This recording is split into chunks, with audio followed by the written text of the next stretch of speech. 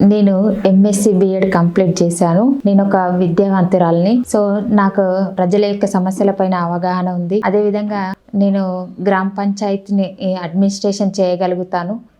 మన తెలంగాణలోనే మన గ్రామాన్ని ఒక నంబర్ 1 స్టేజ్కి తీసుకెళ్తానని అనుకుంటున్నా. సో మీ అందరి సహకారాలు కావాలి.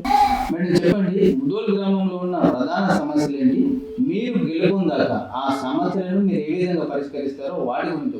సో ఇక్కడ ముదోల్ అనేది పేరుకే నియోజకవర్గం, కానీ ఈ ముదోల్ గ్రామంలో చాలా సమస్యలు ఉన్నాయి. అందులో మెయిన్ హాస్పిటల్. సో హాస్పిటల్ ఇక్కడ ఉంది, కానీ అది శిథిలావస్థలో ఉంది. సో దాంట్లో సరైన సిబ్బంది లేరు.